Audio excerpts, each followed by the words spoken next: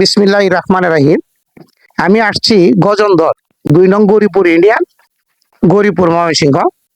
সামর্থ্যবান আমরা যারা আছি, হেয়ালি বসেই হোক বা আনন্দেই হোক, বন্ধুদেরকে নিয়ে খরচ করি, প্রতিনিয়তই আমরা খরচ করি। আজ আপনাদের কাছে একটা দাবি জানাবো, আমরা না হয় একদিনের সেই আনন্দের খরচটুকু না করে এই অসহায় ছেলেটির দিকে তাকিয়ে তার পিছনে ব্যয় করি।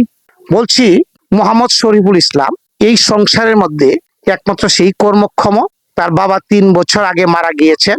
সে গাছের ডাল ভেঙে পড়ে যাওয়ার পর কোমরে হাড় ভেঙে যায়, মেরুদণ্ডের হাড় ভেঙে যায়, কোমর থেকে নিচের অংশটুকু অচল হয়ে যায়। সেই ঘটনাটা ঘটেছিল আগস্টের ২৯ তারিখ।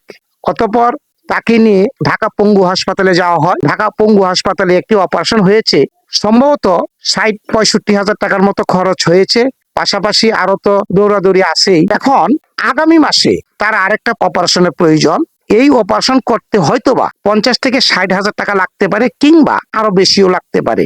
কিন্তু আজকে সে প্রতিদিনের যে ঔষধ খাবে, সেই ঔষধ খাওয়ার টাকাটুকু তার হাতে নেই।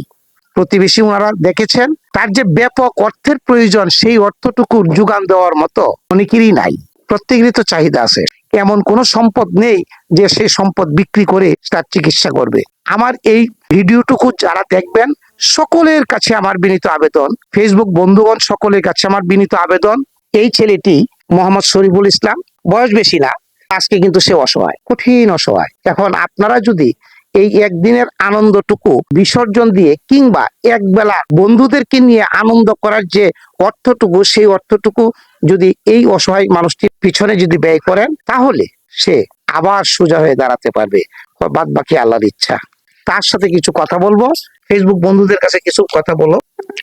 আপনি সে বলতে পারতেছে না, তার মনের কষ্ট। আমিও যে এখানে যে কথাগুলো বলতেছি, সেই কথাগুলো বলাতে তার ভিতরে একটা আবেগ প্রকাশ পেয়েছে। সে আবেগের কারণে সে সুন্দরভাবে কথাগুলো যে বলবে, সে বলতে পারতেছে না। যাই হোক, সকলের কাছে আমার দাবি, ধন্যবাদ সকলকে। আসসালামু আলাইকুম।